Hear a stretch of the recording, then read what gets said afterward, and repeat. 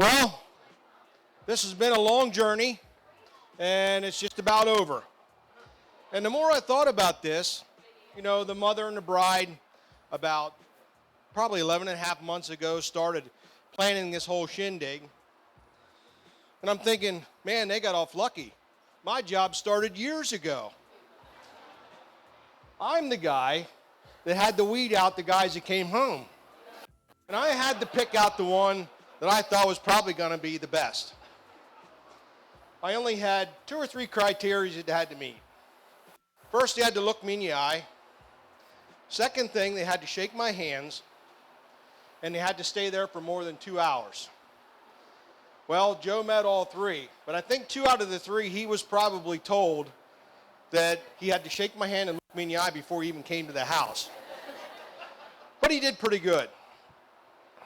So at this time, I'd like to, Lisa and I, and Bob and Mary Ellen, and Marty and Dave would like to thank everybody for coming and wishing them off. And you are a lovely couple, and we love you to death. I wrote a few things down, so I'm going to rely on my cards. But for those of you who I haven't had the opportunity to meet yet, my name's Griff, and I'm honored to be Joe's best man. First off, I'd like to thank the bride and groom for making this day possible. Hannah, you look lovely. And Joe, great choice on the socks, buddy. I mean, really? It's good stuff.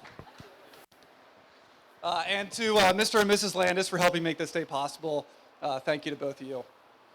And to Mr. Harner and Mrs. Garrett, who, even after all these years, I still have a problem calling them Bob and Marty. Thank you as well. Just over 4 years ago, Joe was the best man at my wedding. I recently replayed the video from that day to remind myself what Joe included in his toast.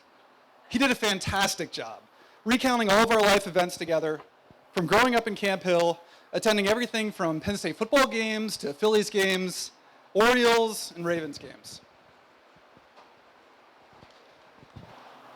We also discussed career goals and what we were going to do after college. But the greatest part was when he uncovered that of the 4 of us, DJ, Joe, Tom, and myself, that none of us had any brothers, and that we were as close as any brothers could be. And Joe, I couldn't agree more.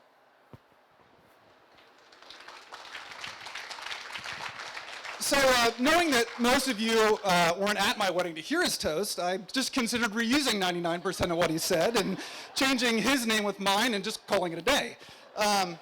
But I did realize that he left out an important fact: our ability to build award-winning Pinewood Derby cars while in Cub Scouts.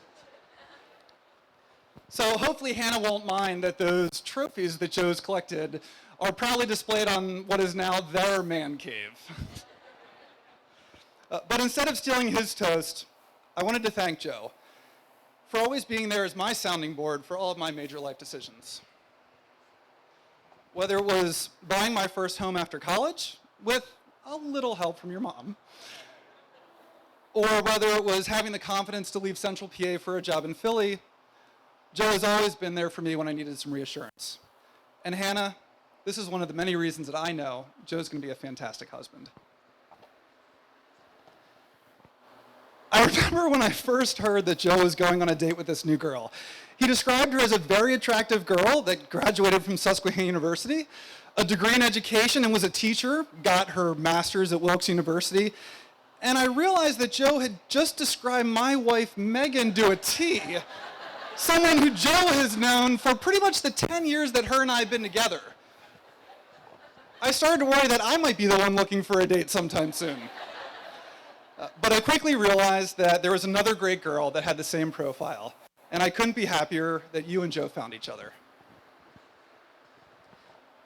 Hannah, as you've quickly come to realize, when the boys get together, we tend to tell stories for hours, ones that you've heard for sure a dozen times.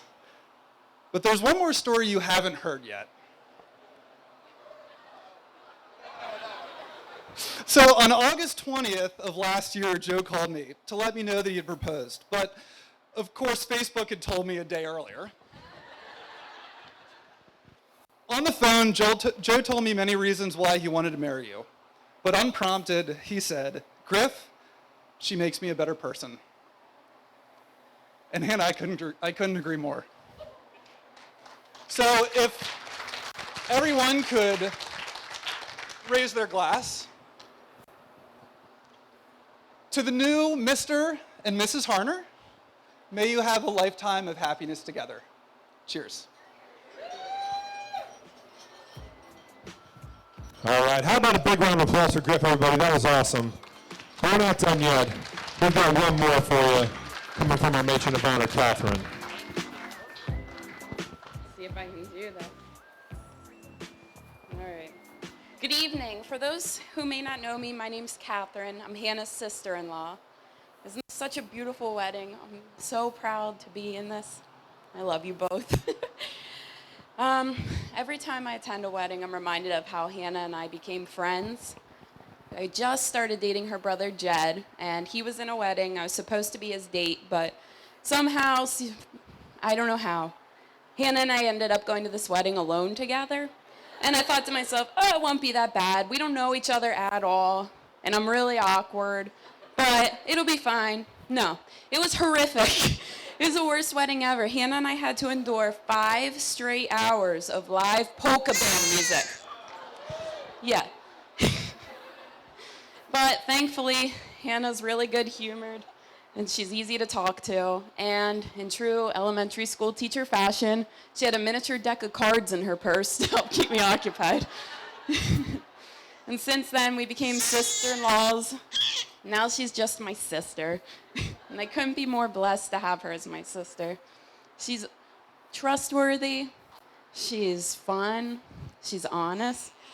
Good God, is she honest sometimes? And she's feisty, which I love. In fact, I always thought that being around Hannah is kind of like having summer year-round. It's beautiful, it's sunny, and boom, a passing thunderstorm will rip through. And God bless Joe. He's like Hannah's meteorologist. I've never seen anyone handle her storms with such ease and such grace. He's just such a genuinely good person, which is so rare to find. But he is, and he's sensitive, right, Hannah? He's sensitive. And their personalities, they complement each other so well. I watch them interact, and I think to myself, they must have known each other a lifetime, not just 2 years. But really, they're made for each other. But odds are, if you're sitting here today, I don't need to tell you that. You know they're made for each other. And Hannah and Joe know that. In fact, after their second date, Hannah came to me and she's telling me all about Joe. She pulled up his Facebook so I could see how attractive he was. He is. And then she said, oh, he's a keeper. And I was like, yeah, whatever. And she said, no, Catherine, he's going to be around for a very long time. And I thought to myself, yeah, that's what crazy people say after the second date. But she was right. You were right, as usual. And here we are today, 2 years later, at your wedding. And I couldn't be more happy for you two. So if you'll raise your glasses, or your babies, I'd like to toast the bride and groom. I wish you two a lifetime of days just like today, full of love and laughter, surrounded by your friends and family. Cheers.